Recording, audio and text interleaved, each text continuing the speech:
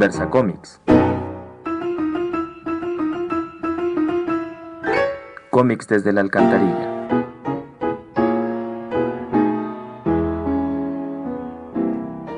Hola, buenas tardes, buenos días, buenas noches a todos, a todas, a todes.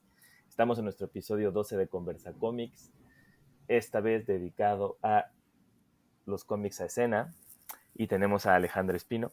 Y a Alfredo, el Doctor Cómics, el Maza Guzmán. Pues eso, vamos a escuchar nuestra cápsula de introducción.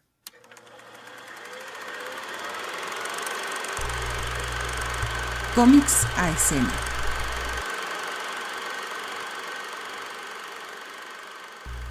Vivimos un momento en la cultura pop en la que parecería que los cómics han triunfado.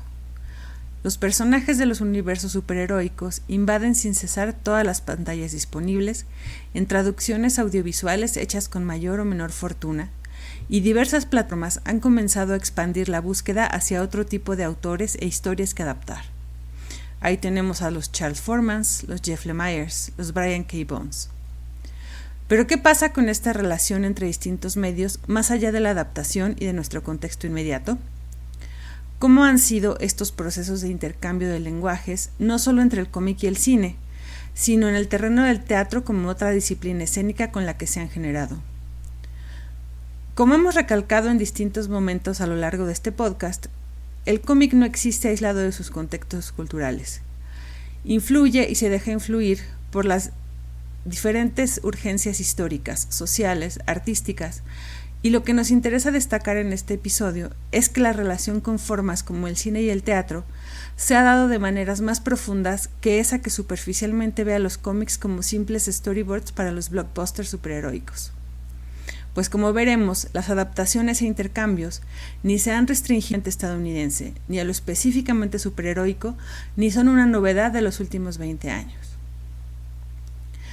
Nota: mientras se habla de ganancias milmillonarias en taquillas, en una supuesta venganza simbólica para los más nerds, a los guionistas y dibujantes de esos personajes que forman la columna vertebral del que hoy es nuestro paisaje del entretenimiento, se les da un pago simbólico y una invitación a la premiere de sus respectivas películas, a las que a veces no se les quiere dejar pasar por no estar en la lista, como evidenció un artículo en The Guardian que se publicó cuando ya habíamos grabado el episodio. Queda para una futura reflexión más profunda sobre las condiciones de trabajo en la industria y el espejismo en el que vivimos actualmente. Cómics a escena.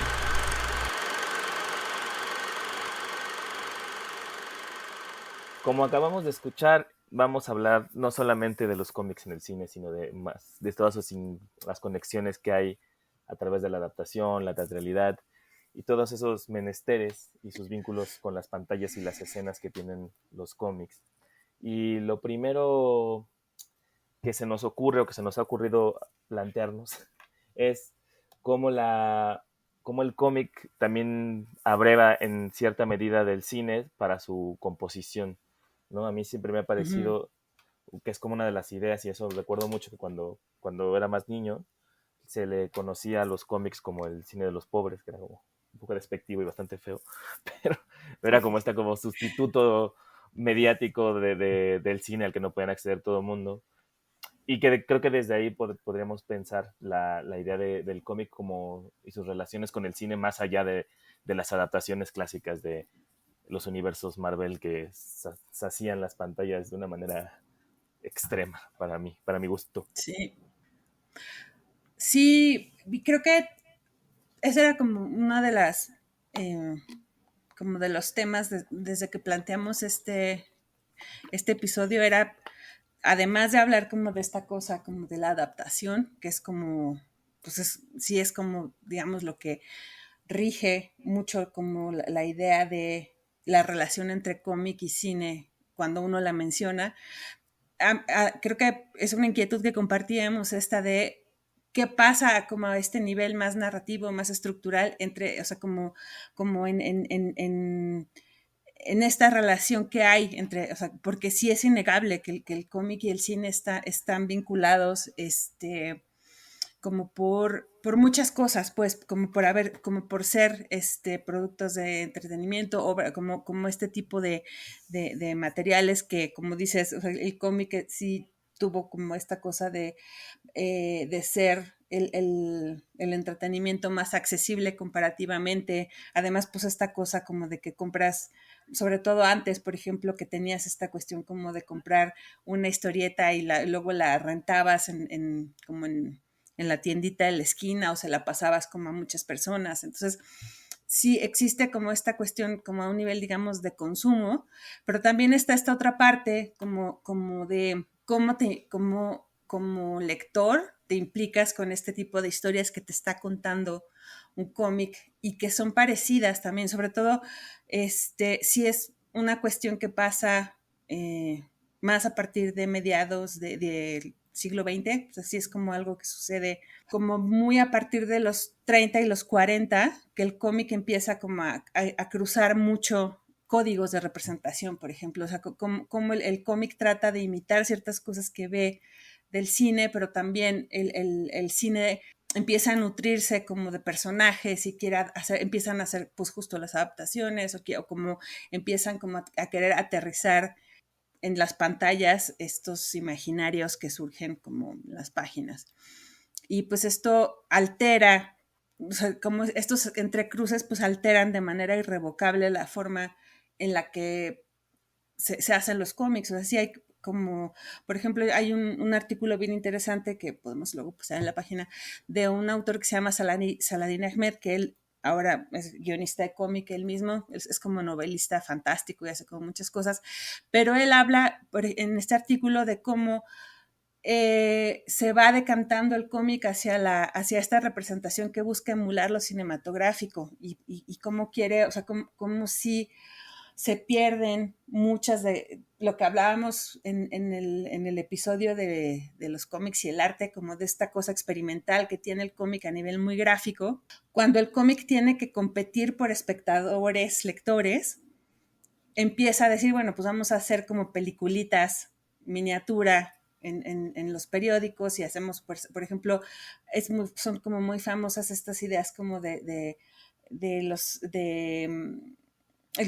cómics, por ejemplo, de aventuras espaciales tipo Flash Gordon, que se publican además como son diarios y entonces vas leyendo como un pedacito de la aventura y se te quedan como en cliffhanger de ver, se roban a la muchacha y el malo la tiene ahí y entonces tienes que esperar al día siguiente a ver qué pasa con ella. Entonces como que a partir de las estrategias narrativas, digamos, del medio impreso, tratan como de seguir captando estas cuestiones de, pues sí, como esta tensión del medio cinematográfico que se ve además en las representaciones. Las personas que están dibujadas en estos cómics se parecen mucho a los actores y a las actrices, el tipo pues de imaginarios que se empiezan a representar y, por ejemplo, que después es lo que va como a volverse como el gran cambio, al menos en Estados Unidos, como gran cisma que es bueno, como gran parte aguas que es la creación como del comic book y el superhéroe y todo eso, sí está generado de todo esto, o sea, como vamos a representar este tipo de personas. Y entonces, o sea, vemos como por ejemplo, las representaciones como del cómic de superhéroes, pues sí tiene que ver también con el tipo que también lo habíamos hablado como en el programa sobre el sexismo y la representación y todo eso, son como el tipo de personas que salen en las películas. Sí hay como este tipo de comunicación entre la forma en la que se buscan las representaciones, se busca, por ejemplo, una representación. Ahí es cuando empieza justamente esta carrera como por el buen dibujo, entre comillas, figurativo, porque se busca que se parezca más a lo que se ve en una pantalla de cine. Entonces sí, es innegable que como que esta cuestión, como digamos, por decirle de alguna forma, esta competencia por atraer públicos entre el cine y los cómics, competencia, pero también como esta cuestión como de que se están alimentando todo el tiempo, porque pues sí vamos a ver cómo hay ejemplos de que desde el principio se están como nutriendo y alimentando entre sí. O sea, no es nada novedoso que se tomen historias entre sí para hacer películas o para hacer luego adaptaciones de cómic de una película o lo que sea. pero sí hay como, o sea, o sea, que el cómic tenga que ponerse a la par del cine, sí incide a un nivel de narrativa gráfica y de representación y de dibujo, porque ahí empieza como esta cuestión de tener que parecerse a lo que se ve en la pantalla y se pierde, entre comillas, esta cuestión que habíamos hablado, como de estos momentos de experimentación gráfica, o sea, como que se va decantando hacia esta cristalización del imaginario figurativo y así. Entonces, se busca que, por ejemplo, como siguiendo también las convenciones que se ven en la pantalla, se hacen como viñetas más apaisadas, extendidas para representar paisajes. Hay como toda una serie de cambios en la forma en la que se construye el espacio de la página, que hace como que también genera un tipo de implicación o de complicidad con un lector. O sea, hay pues sí, hay como muchos cambios, o sea, como en esta irrupción, complicidad, retroalimentación que hay entre el cine y el cómic, se afectan muchas cosas. Entonces, pues no sé, como que creo que esas son como, además de la cuestión como de la adaptación, que es como la más inmediata, nos interesaba hablar de esto, como de cómo por lo menos el cine sí hace que cambie el Sí, cómic. pero también yo lo pensaba como, digamos, que la gente piensa que el cómic se origina históricamente como en finales del siglo XIX, que no es casualidad que también coincida como con la aparición del cine, ¿no? Y también como la visualidad de la pantalla, lo que decías, afectó cómo construimos la percepción de las imágenes, ¿no? De pasar de la pantalla al papel y que tengan esta reproductibilidad secuencial o la idea de poder continuar imágenes o narrar con imágenes, ¿no? El cine lo pone como de manifiesto claramente, pero también el cómic viene a decir, bueno, no solamente el cine está contando con imágenes visuales y son sonoras hasta los 30, pero en general el cómic normal también, o sea, el cómic hace eso, recupera una cosa que hablábamos el otro día también, ¿no? De la educación visual, ¿no? Y cómo a través también del cómic y el cine fueron como construyendo formas de entender las imágenes como objetos que permiten narrar. Y entonces ahí pensar que son como entes separados y que hay que hacer una adaptación, ¿no? Igual que parece que el tratamiento siempre son como novelas o son como cuentos que se pueden adaptar muy fácil al cine, ¿no? Entonces de nuevo regresamos a esta idea de que muchas veces las adaptaciones lo que están considerando es la parte como argumental y no la parte visual. Entonces ahí es esa pérdida que tiene que en principio es lo que influenció lo visual influyó al cine y el cine al cómic, ¿no? Que se ha ido perdido en las adaptaciones. Entonces también esta relación entre cine y cómic, a mí me llama también mucho la atención cómo el cine construye el lenguaje para el cómic. O sea, todas las maneras de encuadrar, de diseñar la viñeta, al final de cuentas no se originan estrictamente en el cómic, sino que es el lenguaje que se utiliza siempre es el del cine, el plano detalle, ¿no? El detalle, el plano americano, incluso los angulares. Por eso también esta cosa de la explicación de las imágenes, al cómic le ha servido muy bien la existencia del cine, ¿no? Y luego ya sí también no solamente hablar de la adaptación, sino hablar de cómo la evolución del cómic nos ha llevado también al cine de animación. O sea, parece que lo meten siempre en el mismo cajón y no es absurdo, porque es eso, de repente vieron Wilson McKay, ¿no? Que tú lo mencionabas hace 2 semanas o una semana, que era como el cómic pasa también a ser una forma de empezar a construir lo que después serían las animaciones, ¿no? Junto con el stop motion, pero eso ya es más adelante. Pero eso sí, la idea de cómo construimos el lenguaje del cómic a través del lenguaje cinematográfico, cómo se hacen los planos, también es algo que no se considera. Y a mí, cuando veo, y podemos empezar a hablar un poco de adaptación antes de otras cosas, es eso, cómo lo visual no puede ser transcrito, o sea, como dos medios visuales o mayoritariamente visuales muchas veces no pueden coincidir en esas adaptaciones. Pienso un montón en la idea de cómo ni siquiera las animaciones pueden tener esa sensación que se generan en las viñetas, esa espaciotemporalidad que es muy densa y que a pesar de que, digamos, un plano americano es igual en ambos medios, no es igual en el cómic que en el cine, ¿no? Y de repente digo, bueno, pues pienso en cómo condensas las acciones o cómo se pueden condensar las acciones que pasan en estos planos de Taniguchi, ¿no? Del caminante.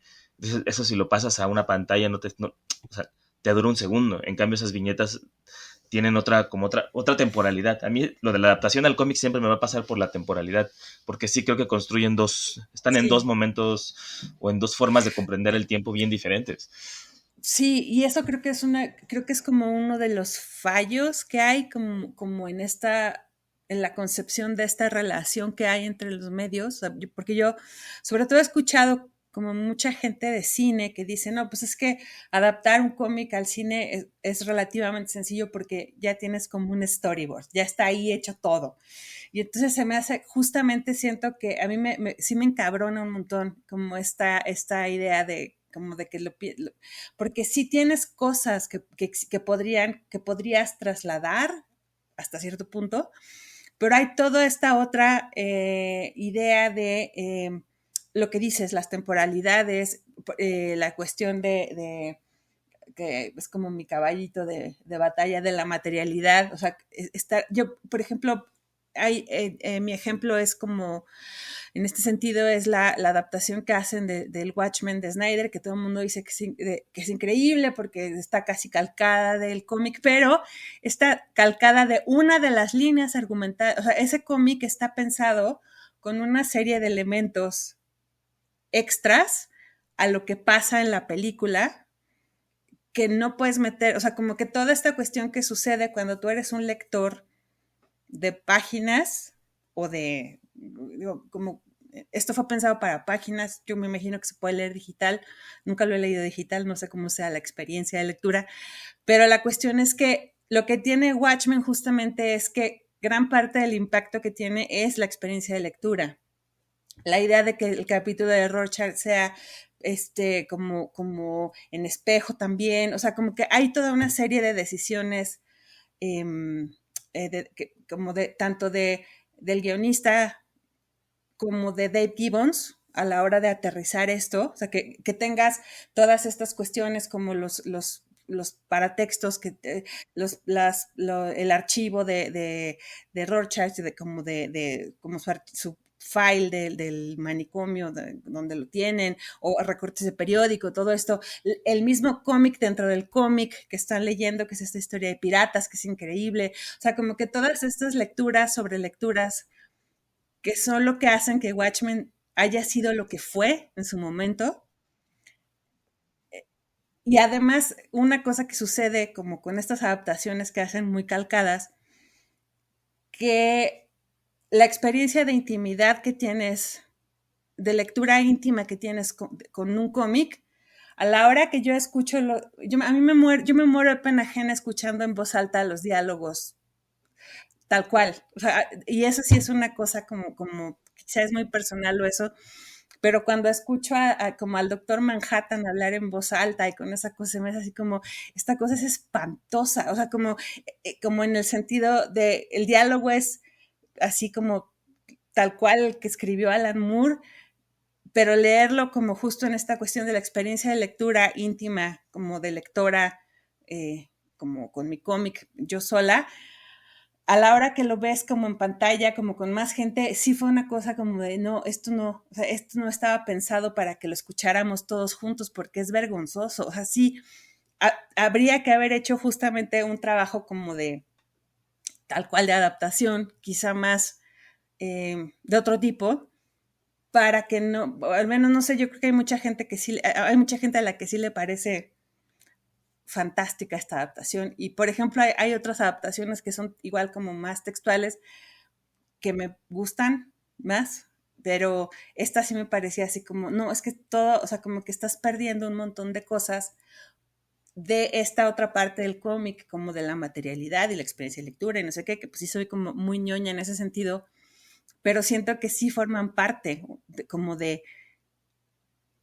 por qué Watchmen fue tan importante, no puedes dejar a un lado todo eso, o sea, si traduces la historia de los superhéroes viejos y no sé qué, no es tan importante como cuando está revestido de todo esto, que tuvo en su momento. Bueno, a mí Watchmen sí me gusta, ¿eh? O sea, la adaptación me gusta, pero creo que también es como por este efecto de fanboy de, me gusta Watchmen, entonces verla en pantallota y ver al Doctor Manhattan sí tiene como cierto atractivo, que creo que es el objetivo de muchas de las películas de cómic, es como aprovecharse del tirón de un personaje que es muy atractivo para el público y que de ahí le sacan su historia, entonces solamente por ver en ¿cómo se llama?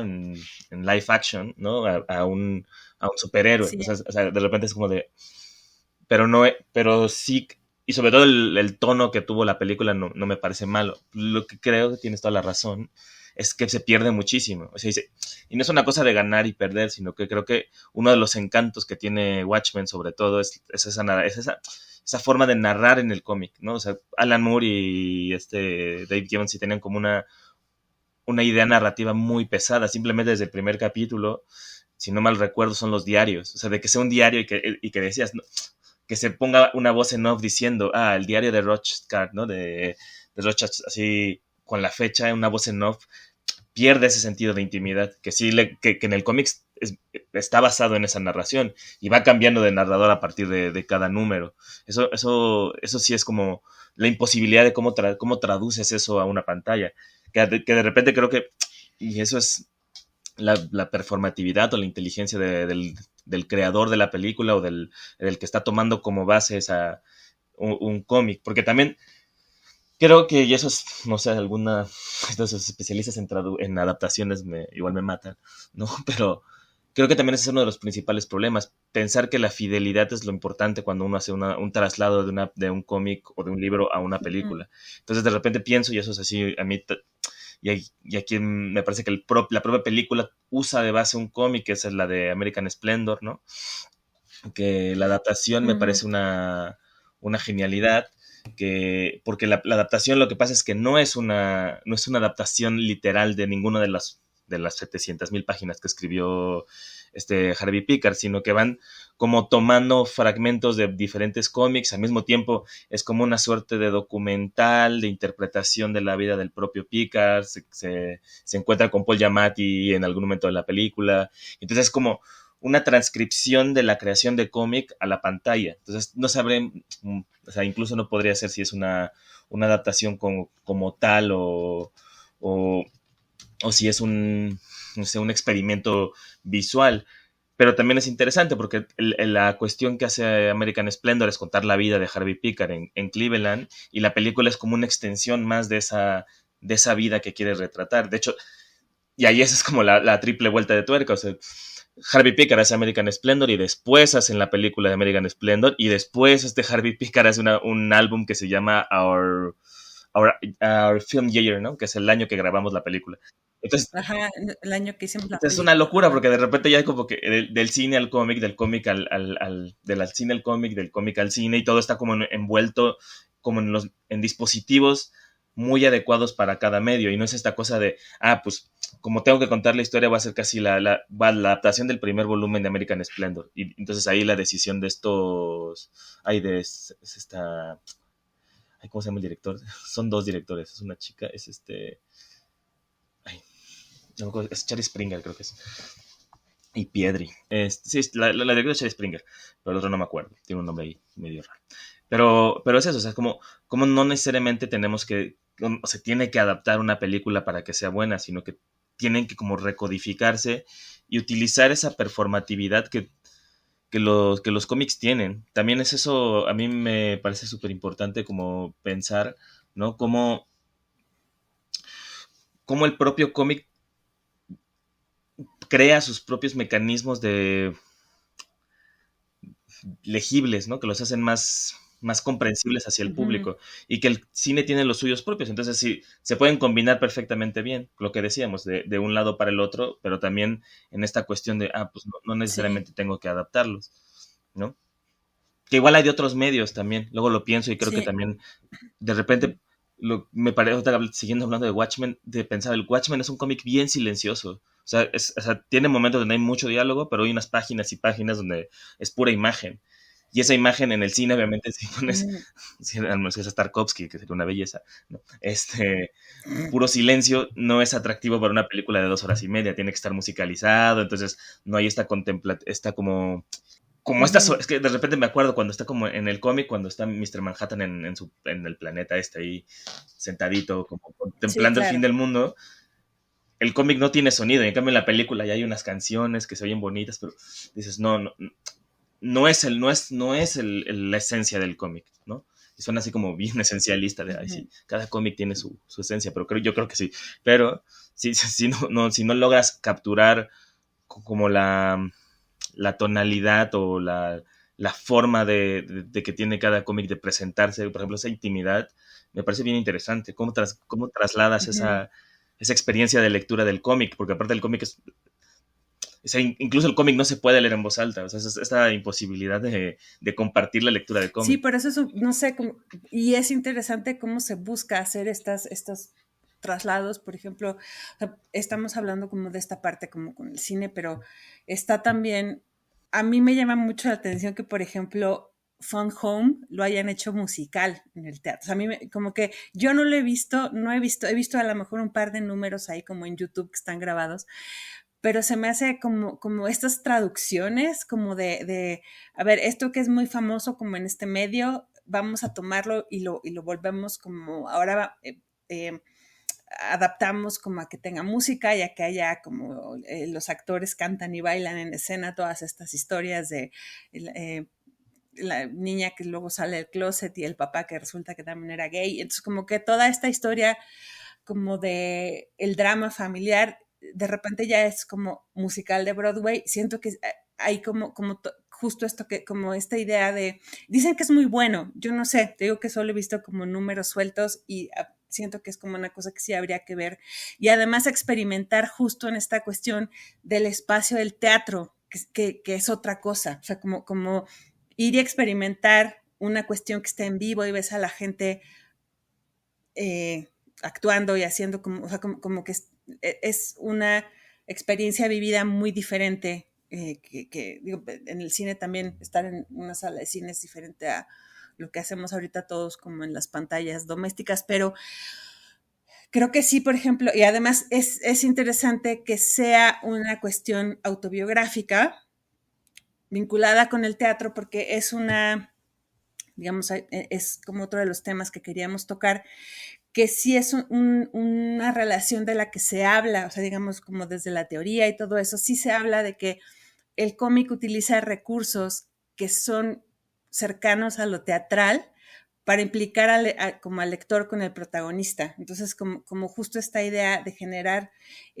hay una autora que se llama Elizabeth El Refalle, que tiene como un libro acerca de cómic autobiográfico y eso, y ella habla como mucho de estos temas, de cómo a partir de generar estos extrañamientos narrativos, generas una autenticidad como pues justo eso, esta autenticidad que hace que conectes y que digas, sí te estoy creyendo, autor de cómic, como en esta historia que me estás contando de tu vida y tus diferentes eh, pues, sucesos, porque no necesariamente tiene que ser como habíamos dicho en la parte de lo documental, no tiene que ser como necesariamente trauma, pero como a partir por ejemplo, esta cuestión como de generar estos espacios enrarecidos en la narrativa, de hacer, por ejemplo, como hay otros autores que, por ejemplo, ellos estudian mucho la cosa de la viñeta y eso, que son Sergio García, Enrique Bordes, los escuché una vez en una conversación, que decían, por ejemplo, que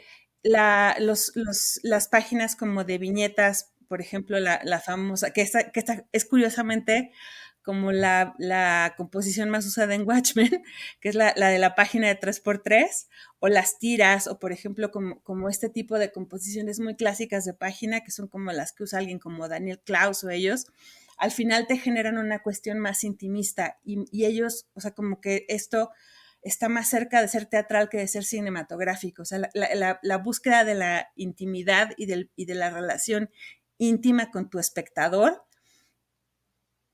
como que está más cerca de una cuestión teatral, como también por esto, porque estás compartiendo un espacio vital con el que está cerrando este ciclo de espectador lector, autor, dibujante, etcétera, a diferencia de cómo, digamos, una narración más cinematográfica necesita esto que decíamos como de las viñetas más extendidas o como la cuestión de la viñeta horizontal, como de mostrar el paisaje, o sea, como a la hora de sacarte de estas narrativas, que además la narrativa está como de la página de 3x3 o de 4x3, que son como unos tiempos que pasan, como en esto que decías, cómo pasa el tiempo en la página del cómic. Una página de 4x3 es como una cosa como muy como pasa el tiempo en una situación normal, es aburrido, entre comillas, porque está pasando como en una medida muy,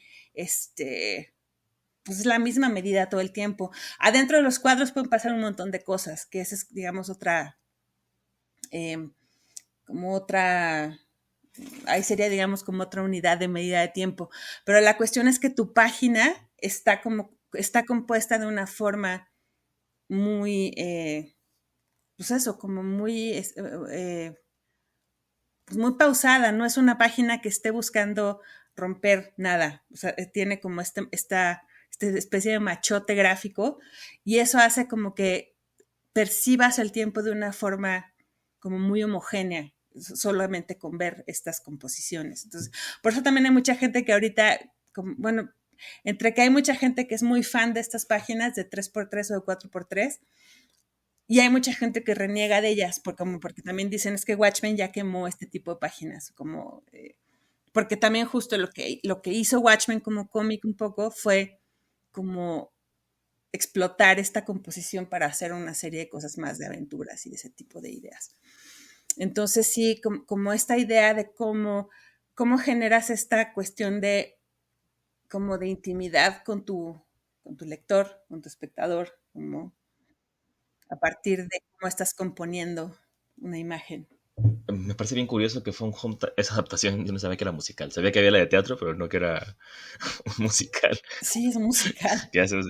Porque hay una adaptación también de American Splendor en teatro. O sea que también... ¿Musical? No, estaría increíble que fuera musical, Harvey Picar cantando. Sí, Harvey Picar haciendo como de sus burocracias. Increíble. Pero sí, o sea, me parece bien curioso porque al final de cuentas creo que esa intimidad en el teatro sí se genera, ¿no? O sea, o está más cercana por esa experiencia de estar frente al cuerpo, digamos, real, ¿no? El cuerpo presente que tiene el teatro. Y que también esta construcción del tiempo en el teatro, que se construye como con estos pocos elementos. O sea, el teatro no puede ser como el cine que saca la cámara y construye todo el set y ahora con lo digital ya construyes universos. Entonces la adaptación se ve mucho más fácil. En cambio el cómic tampoco puede hacer eso, no puede estar retratando toda la vida real, que es lo que dice el Rafai, ¿no? Que cómo hago que me cree el lector, pues diciendo la verdad, aunque esa verdad la diga estoy en París y solo ponga la Torre Eiffel porque no le va a dar tiempo de dibujar todas las calles. Entonces como tratar de usar elementos que logren convencer al lector, que eso funciona bastante como en el teatro, es decir, una casa a lo mejor solamente es un sillón y una lámpara de pie, y a veces nada, o sea que también a veces, que es lo que pasa en Schultz, por ejemplo, ¿no? O en Calvin y Hobbes, que los fondos y todo el espacio se genera básicamente por los propios personajes, cómo se están moviendo en las viñetas, que esa relación teatro-cine yo no la he visto tanto, o sea, también ahí eso me llama mucho la atención. También por ahí había una adaptación de teatro cómico, teatro cine, eso sí hay más. Teatro, hay una adaptación también que hicieron en Cataluña de Ciudad de Cristal, que aparte también es ya doble giro otra vez, así la adaptación no es de la obra de Paul Auster, sino la adaptación de Mazzucchelli al libro de Paul Auster, y la adaptación es sobre el cómic, no sobre el libro. Entonces ahí hay como todo esta hibridación, ¿no? Que por otro lado sí se puede crear en teatro como en cine. Creo que ahí el problema es que generaría que los directores, los creadores de cine, los guionistas fueran más lectores de cómic, porque eso me parece que es lo que sucede muchas veces, que como no son lectores ávidos de cómic y les entregan como hagan una película de superhéroes, acaban como desconociendo que un 3x3 es un ritmo muy pausado y que una película, si no la haces casi como Tarkovsky, creo que una película, Watchmen me hubiera gustado más en un estilo tarkovskiano que en el estilo que le hicieron. Sí. Si no quieres. Así 4 horas y media de película. No, ajá. Sí, no sé. No sé cómo será la adaptación de tele, porque yo como que ya me niego a ver como todo lo que hagan como de cosas de Alan Moore, como por principios. Si alguien la vio y es fan, cuéntenos, por favor, luego en la página o lo que sea. Porque quizá, por ejemplo, como en una cuestión televisiva, y además que parece que justo esa adaptación como que se dispara totalmente de la fuente del cómic. Quién sabe, dicen que funciona. Digo, yo ya no creo en nada porque pues Alan Moore no quiere que adapten sus cosas y de todos modos las adaptan. Entonces, como que hay una cosa ahí de principios que a mí no me parece tanto. Pero bueno, David Gibbons creo que sigue ganando dinero por eso y está bien. Entonces, pero digo, para pasar como a otros temas de esta cosa de como de las adaptaciones y todo eso, ahora que dices como de otro tipo de textos y otro tipo de ideas, también a mí, así como la vez pasada estábamos hablando como de la idea de que hasta te regañé y todo, de es que tienes que estudiar a las autoras locales y no sé qué. Creo que también me gustaría en este punto como traer un poco, voltear un poco el reflector como hacia esta onda de las adaptaciones de cómic y del intercambio entre cómic y cine y tele y radio y todo eso, ni es específico de la cuestión superheroica, ni es específico de Estados Unidos. Porque, por ejemplo, aquí en México, durante el furor del melodrama de Yolanda Vargas Dulce a mediados del siglo XX, había como pues, esta misma estrategia que podríamos decirle como multimediática, existía así tal cual, o sea, como que estaba el cómic en lágrimas y risas y se hacía la telenovela y se hacía la película, por ejemplo, de cosas como Marisabel o Yesenia, más reciente, por ejemplo, pues telenovelas, o sea, por ejemplo, las telenovelas con guiones de Yolanda Vargas Dulce se siguen haciendo, o sea, como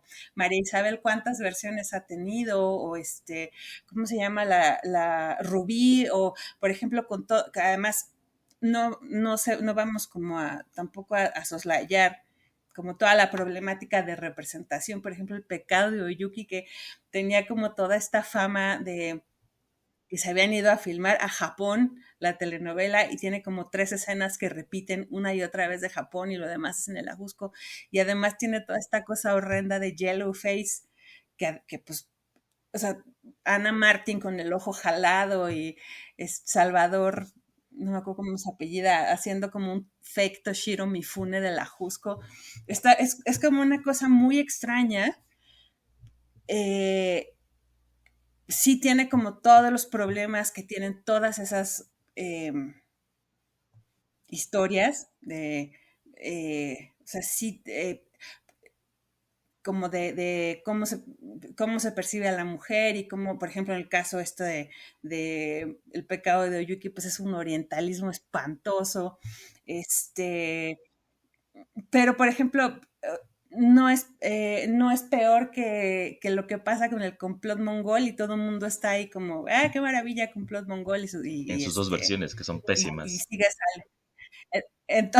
Entonces es como, pues bueno, o sea, ahí o sea, sí está ahí, y sí es espantoso y sí hay que criticarlo de la misma forma que hay que criticar a los memines y a todo eso, pero eso no quita que existe, o sea, como que toda esta cosa como de la estrategia de está el cómic, está la telenovela, y también por eso son problemáticas, y también por eso se tienen que estudiar, que es como la cuestión que también hablábamos la vez pasada, o sea, sobre qué está cimentada nuestra educación emocional, pues sobre esas cosas, porque justamente fueron tan populares que las leías, las escuchabas en la radionovela, las veías en la tele y las veías en el cine. Entonces te están bombardeando por todos lados, de la misma manera que ahora está esta cosa como de que te bombardean con ideología militarista norteamericana pagada por el ejército de Estados Unidos, envuelta en el paquete delicioso de Chris Evans. Entonces es como, o sea, como que sí es como siento como que luego nos sentimos que estamos como muy por encima y muy por delante porque ahora la directora de la película es mujer, pero siguen siendo como sistemas de propaganda muy parecidos, como de, mira, toma, te bombardeo por todos lados con este tipo de cosas. Y bueno, y como que, o sea, en México sí existió este momento en donde todo el tejido cultural estaba como, bueno, al menos como de cultura popular, estaba como cimentado con Sí, esto. vinculado a los cómics. Lo que decías, lo de Rubí siempre me ha parecido una cosa súper Exacto. sorprendente.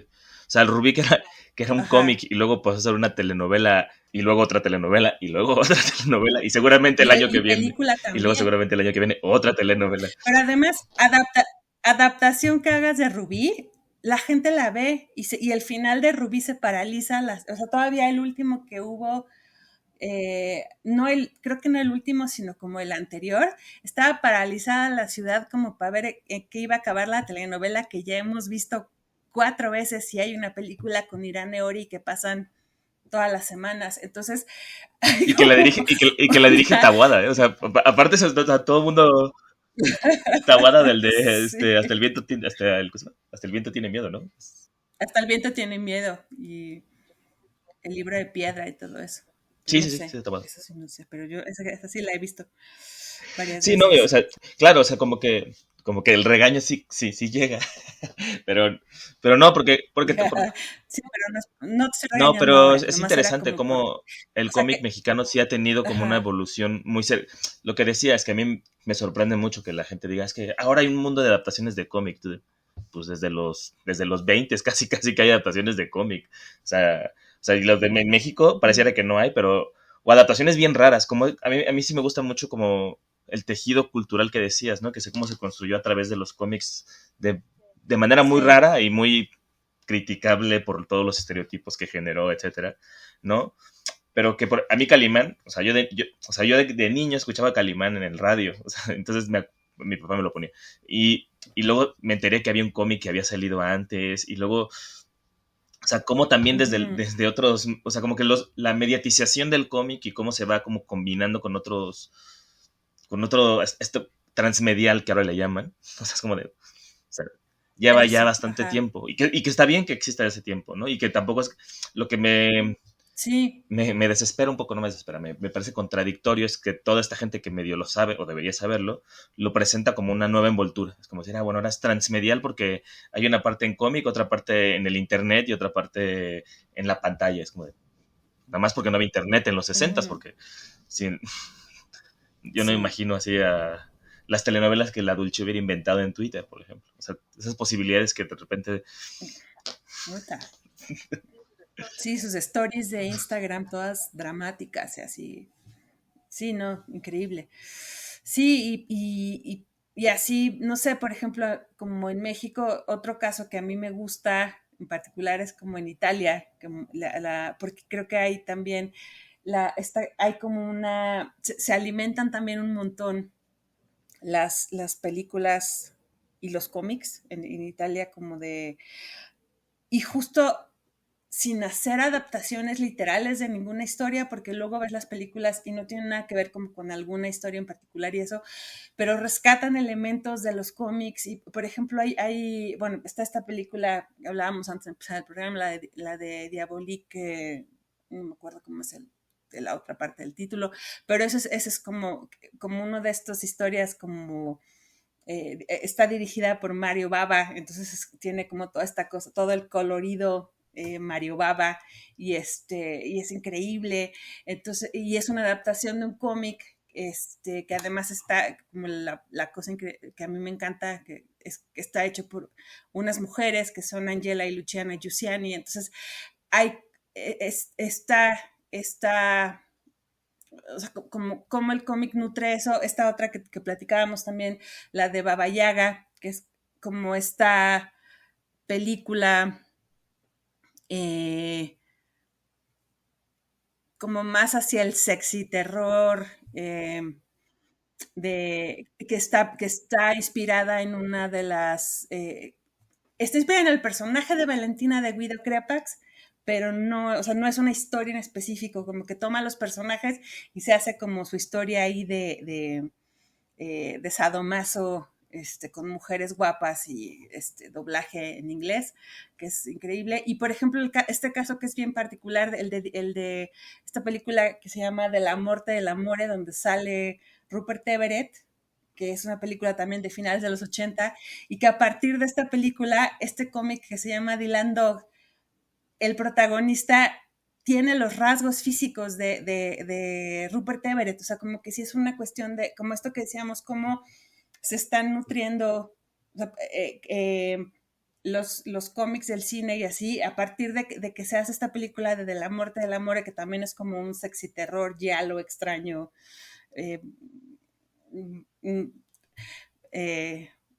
medio...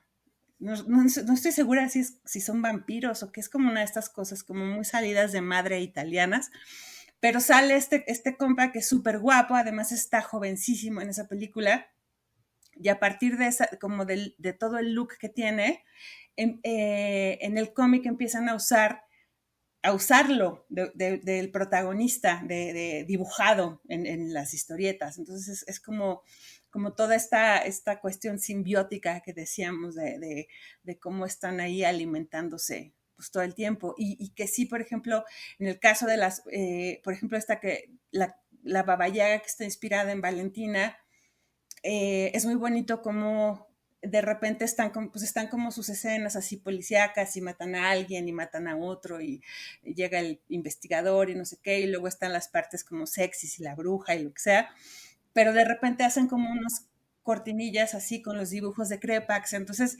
está como, o sea, tal cual hace como estas referencias así directas de aquí estoy sacando la inspiración de mis personajes y de mis narraciones de la película, entonces sí hay como estos vínculos que no se niegan y además se hacen como bien evidentes, o sea, como que se pone así, aquí está, ella es Valentina y de aquí sale. Entonces es como que además seguramente en ese momento para el espectador de esa película sería algo que tendría como muy fresco en su consumo cotidiano o sea, seguramente veían esas revistas donde salían esos cómics y ese es como el mismo público que iba a ver esas películas. Entonces sí es como un tipo de relaciones interesantes que hay. No solo o sea, no es de ahorita, o sea, porque esta de Baba Yaga que les estoy diciendo es de principios de los 70 más o menos, o sea, no es una cosa, o 69, no sé, es como una cosa también muy de la época de cuando empiezan apenas los giallos y cuando están haciendo como todas estas, como cuando empieza este cine como muy italiano, antes de que empiecen los Argentos y todos esos como a cimentarse es que bien. Está padre como esa idea de públicos compartidos, ¿no? De que sí, o sea, que creo que se está perdiendo un poco, porque había hay como varios autores que están como señalando eso, que el cine de superhéroes está como robándole todo el mercado a los cómics de superhéroes. O sea, no están como conviviendo ambos medios. O sea, lo que decías me parecía bonito. Es el mismo público que compra la revista de Diabolique, que dura miles y miles de años, ¿no? Va al cine a ver las adaptaciones porque quiere ver cómo estos directores que reimaginan esos espacios, ¿no? Y también es bien bonito porque parece que solo tendrías que tomar un cómic como base y de ahí contar tu historia. Ahorita que lo decías, pensaba mucho en la de Calzón sin Inspector, ¿no?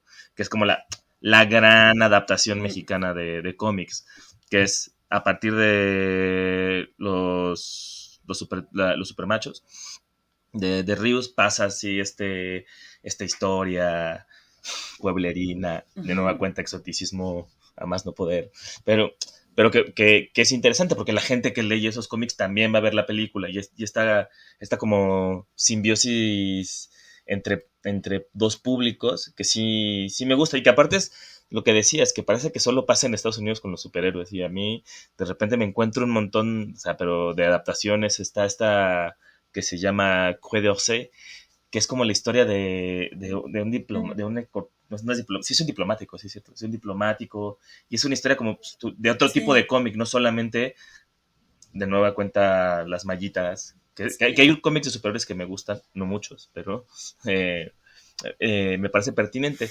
Y luego hay otro caso que a mí me gusta, no sé igual sí da tiempo, pensar en estos autores de cómic que pasan a hacer cine, ¿no? Y entonces, ¿cómo logran revisualizar Ujú. sus ideas? Porque para mí, por ejemplo, pienso en el que más me gusta es Rayat Satuf, ¿no? Que aparte tiene como un estilo visual muy, muy característico, muy caricaturesco. Y luego hace esta, esta película que es, ¿cómo se llama la película de Satuf? Le Bogos, que es como basada, como es así, slightly en sus propios cómics, pero él dirige una película sobre la Ujú. adolescencia en un liceo de Banlieue francesa, Ujú. y dices, y entonces cómo logra convivir y logra como evocar este humor que tiene Rayat Satuf, ¿no? Igual Joan Sfar hizo la película de adaptación, no hizo la adaptación, hizo primero la película de, el cantante, ¿cómo se llama? Sí, una biografía de Gainsbourg. Sí, Ajá, exacto. Y luego aparte hizo el ajá, cómic. O sea, sí, como que todo esto. sí. A mí esas cosas como de convivencia entre cómic, narrativa gráfica con el cine de los propios autores, ¿no? Y creo que también está Sí. esta Satrapi. Por ejemplo, GP también tiene, o sea, están adaptando La Tierra de los Hijos, que fue el que les recomendé como de las distopías, pero además de ese, él es director, tiene otra película, o sea, como que dejó de hacer cómics un tiempo porque se dedicó a hizo una película así como de, bueno, ya no quiero hacer cómics, voy a hacer película y estuvo como 3 o 4 años como en lo que sacaba la película y luego regresó a hacer cómics, hizo una historia y luego hizo La Tierra de los Hijos y ahorita parece que van a adaptar La Tierra de los Hijos a cine también. Entonces sí está como esta cuestión de que están, pues sí, como de repente necesitan esta cuestión de abarcar otros lenguajes que, por ejemplo, Satrapi es lo que dice, o sea, como ella pues tiene Persepolis, pega muchísimo Persepolis como cómic, pero a la hora que se presenta la oportunidad de hacerlo animación, que era como esto que decíamos, como de cómo también la animación se puede volver este terreno de adaptación que curiosamente tampoco está como, hay como pocas relativamente, bueno, creo que por ejemplo en mangas hay mucho más, o sea, sí, pues está Kira, está Tekken Kinkret, o sea, hay mucho manga adaptado a anime, pero en el caso de cómics de, digamos, Occidente o de las colonias de Occidente, como seríamos, por ejemplo, nosotros, no hay no hay tantos casos. Y luego creo que sería un terreno como fértil para poder hacer adaptaciones interesantes, como por ejemplo esto que hace Satrapi con Persepolis, o lo que hace, por ejemplo, hay una adaptación muy bonita de Corto Maltés, francesa, que es animada también y tiene pues, digo, es como otro estilo totalmente a lo que era Hugo Pratt, pero sí es una adaptación que está bastante bien hecha no sé, no recuerdo si es la balada del mar salado o cuál de estas aventuras, pero es muy bonita, como de es una película que visualmente es como es un dulce. Eh, y bueno, o sea, digo, en Latinoamérica pues tenemos Virus Tropical, que siento que es como de las primeras que hay así como en siento que sí fue un poco una búsqueda en este sentido, como de hacer una adaptación más, pues más artística, por decirlo o sea, como de que no fuera, o sea, como ser fiel, por ejemplo, a la novela gráfica, eh, no sé, Pero ahí está padre porque son ellos, o sea, son ellas, en este caso las dos. exacto, Son Satrapi y Power Paola las que hacen la propia Paola, adaptación. Entonces, como reconoce, sí, sí, o sea, saben cómo controlar ese traslado de su sí, visualidad en la página a la pantalla. También, o sea, no sé si sí. la dirige Power Paula, pero estaba como muy metida en el proceso de No, creación. no la dirigió ella, pero sí estaba, o sea, hizo varios fondos y estaba haciendo hizo mucho material para la Estaba ahí, película. pues. Sí, sí, Sí, o ajá. sea, por ejemplo, a Y mí, por, y por ejemplo, en esta cosa de nada más como en esta cosa de la animación, a mí me parece bien interesante cómo se usa también en esta película la del diario de la chica adolescente, que es esta adaptación del cómic de Phoebe Gleckner, que es hablamos de ella durísima. también una vez, pero que justamente usan la animación ahí como para para hacer ciertas transiciones, para hacer como ciertas metáforas también de lo que está pasando con Minnie en la historia. Entonces, creo que el recurso de la animación, o sea, por ejemplo, en este sentido, yo creo que esta película de Diary of a Teenage Girl es como una de estas que podría ser una adaptación más exitosa, como porque se acerca más como a una, o sea, no trata de hacer tal cual una adaptación literal de la obra, sino que como que se acerca como a decir, bueno, ¿cómo puedo expresar todo esto? Que sí es una historia súper fuerte y dura, a partir de recursos visuales, artísticos, etcétera, y meter la animación, a mí me parece que es como uno de los hallazgos más grandes que tiene, porque está trabajando, digamos, con lo que son los sketchbooks de la protagonista, entonces está como jugando con esta, como con varios niveles de lectura, pero pues es que bueno, esta mujer me gusta mucho cómo trabaja las cosas. Se me acaba de olvidar cómo se llama. Philip Werner. No, la directora. Ah. Mariel Heller. Y la animación también es de otra chica. O sea, lo que es bien interesante de esta película es que todo está hecho como por mujeres. O sea, porque sí, la animación la hace otra chica. ¿Pero es a partir de los dibujos de Gluckner? No, son como unos dibujos, o sea, lo que está bien bonito es eso, como que inventan un estilo, como que es como dibujan la protagonista, la Minnie Getz de la película, y hacen como esta animación súper bonita. Conversa Comics. A partir de eso, y es como una animación pues, muy extraña, como cómics desde la sí alcantarilla. tiene que ver un poco como con la estética de los cómics. Sí, es que ahí a mí o sea, me brincó porque estaba pensando en estas animaciones de Power Paula y de Marcia Trappi que es muy típico como que traten como de adaptar los cómics, sobre todo ya no tanto, pero en los 90 hubo como 80s, 90 hubo una ola de poner todo Asterix, poner todo Tintín, todo así Marsupilami, como caricaturas para poderlas poner, yo creo, en la televisión. Y que al final no aportaban nada, era la misma historia, nada más que eran como si las viñetas las pusieran animadas. Entonces ahí a mí me parecen que son, no fracasos, porque también de nuevo la nostalgia de ver que el Tintín se mueva por la pantalla también tiene su gracia, pero no me parecen como muy triunfantes. No. En cambio, y esto es Schultz, el que me gusta mucho. Schultz, las películas de Peanuts, yo tengo que confesar que sí, o sea, sobre todo la de Charlie Brown's Go to Europe me parece como un portento de película. O sea, a mí me gustaba mucho como la animación esta que hay de Halloween. La de It's the Great Pumpkin Head. Esperar la gran calabaza. Ajá.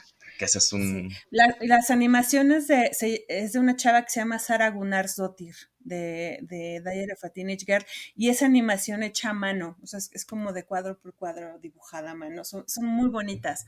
Entonces sí, yo creo que es como, a mí es de las películas como de adaptación de un cómic, que ahorita estaba viendo, como me metí a checar, originalmente originalmente adaptaron a teatro y luego la hicieron película. ¿Ves? Es que entonces, eso, o sea, como que sí, este salto al teatro creo que quizá ayudó como a que se cimentara interesante esa película.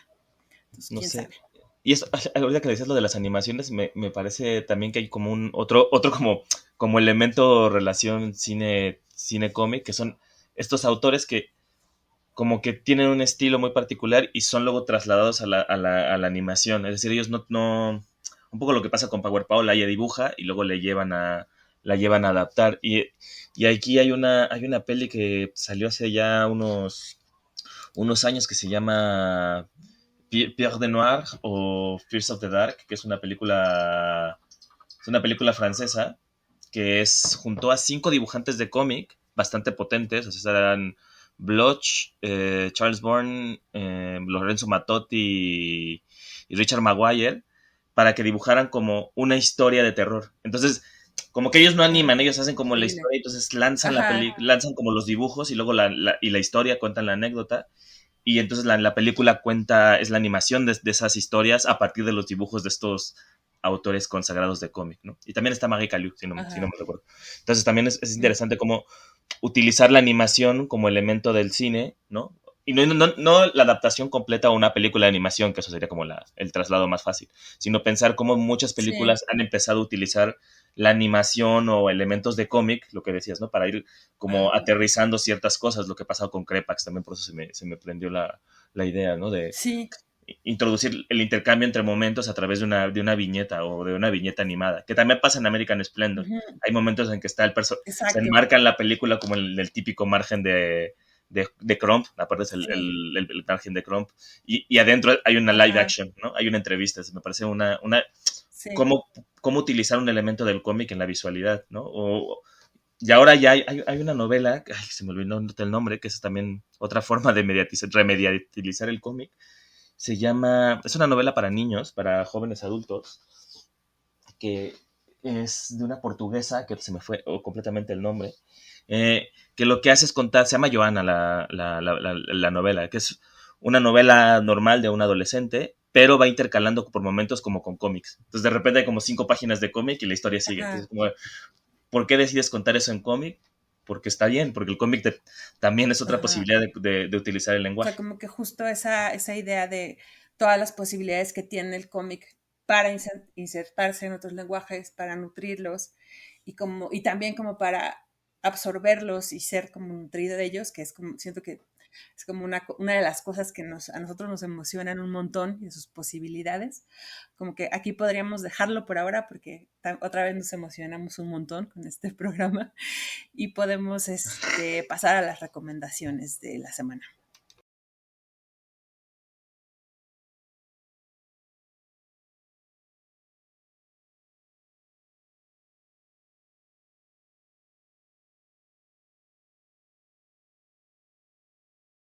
Bueno, como ya nos colgamos un poco y hablamos muchas películas que nos Sí. gustan y habíamos pensado más recomendaciones de películas, solo decidimos recomendarles la película que más nos parece atractiva, que tenga relación con el cómic, ya no llamemos adaptación, sino que tenga relación Sí. con el cómic. Y bueno, y un libro o dos o tres. ¿Qué nos traes esta semana, Alejandra? Pues yo creo que, digo, después de que ya hablé como 80,000 horas de ella, o sea, yo sí recomendaría el diario de una chica adolescente, de Marielle Heller, Diary of a Teenage Girl, que salió, pues no sé, hace como unos 5 años, yo creo. Em, Justo como por todo esto que que comentamos acerca de cómo es el uso de la animación, de pues también cómo traduce una historia que es como muy dura y se apropia de ella y la vuelve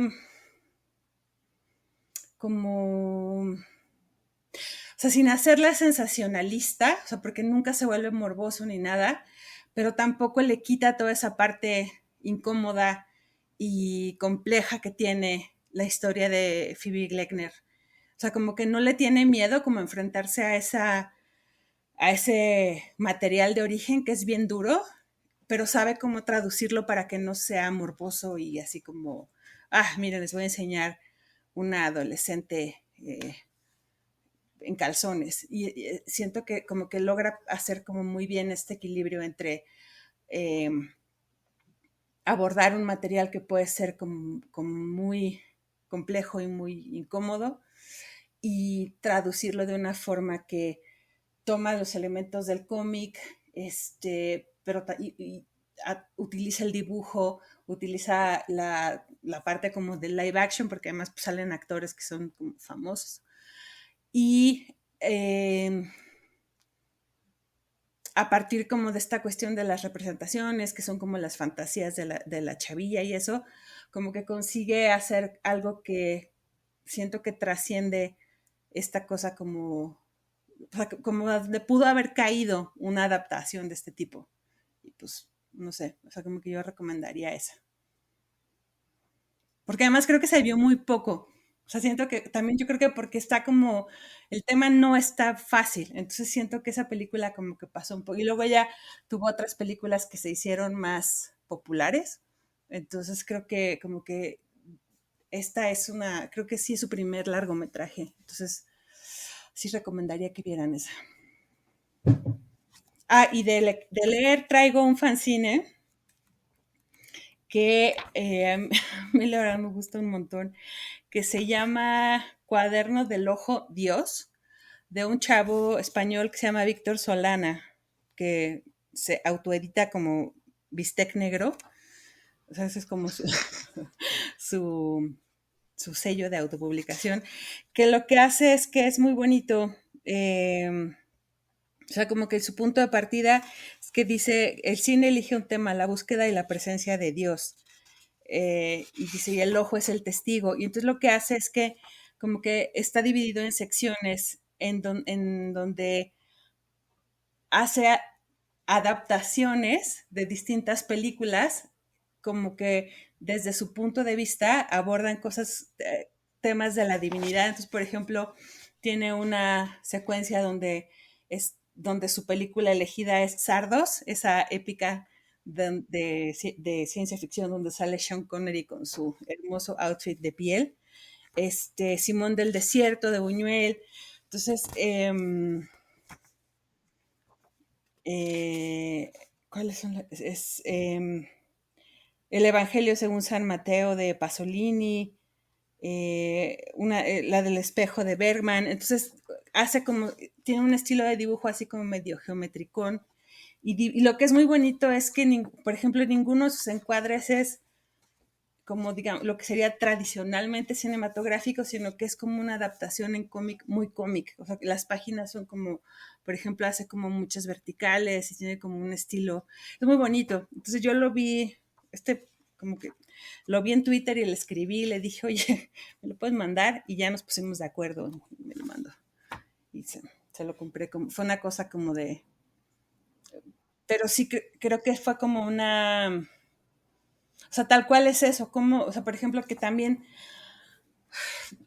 es como uno de nuestros, para bien o para mal, como que nuestras generaciones ya están súper contaminadas o nutridas, como uno lo quiera ver, por lo mediático, o sea, como la cuestión del cine, de la televisión y todo eso alimenta lo que hacemos como nuestro trabajo todo el tiempo. Entonces, pues creo que esto es como un ejemplo de una traducción interesante de ese tipo de influencias, ¿no?, al cómic. Y pues no sé, ya les pondré la referencia en la página para que vean más. ¿Y usted, doctor, qué nos trae esta semana? Bueno, primero, ¿qué película? Yo ya hablé mucho también de muchas películas y creo que la que me parece que es tal vez la mejor lograda en cómica que más me gusta es American Splendor. Es una película que creo que sí se vio más, mucho más que la de The Teenage Girl, Sí, pero nunca está más de volverla a ver con otros ojos y que veamos como si cambió mucho el lenguaje y de la forma en la que se puede adaptar un cómic a la pantalla. Esa es mi recomendación visual. Y la recomendación en cómic, es una antología de autores latinoamericanos que se llama Poder Trans, que edita Editorial Municipal de Rosario, Argentina, que es una antología de puros autoras, autores, no binarios, trans, ¿no? Y cuenta como diferentes anécdotas. Hay cómic autobiográfico, cómic de fantasía, ciencia ficción, ¿no? Y de cómo se puede hacer tratamientos distintos no solamente a las transiciones de las personas trans, sino también al contexto en el que usualmente están sometidos y las violencias que sufren. Y aunque también hay cosas como divertidas, ¿no? Hay como historias unas más simpáticas, unas más dramáticas, pero casi todas, o sea, a mí me gustaron bastante que todas, ¿no? Sigo siendo súper fan de la historia de Femimutancia, que del libro es muy, muy buena. Y bueno, esa es mi recomendación de esta semana. Hoy no traemos mucho más porque hablamos de muchas cosas, ya fue muchas demasiado. horas de cine que ver. Ajá. Bueno, pues ya con esto, finalmente terminamos nuestro programa número 12. Muchas gracias por acompañarnos y como toda la semana les recordamos que pueden contactarnos por nuestro Instagram, que es @conversacomics, o escribirnos a correo que es conversacomics@gmail.com, y pues recuerden que las referencias de lo que estuvimos hablando en el programa van a estar en conversacomics.com.mx. Pues ya, nos escuchamos el próximo episodio. Adiós. Adiós.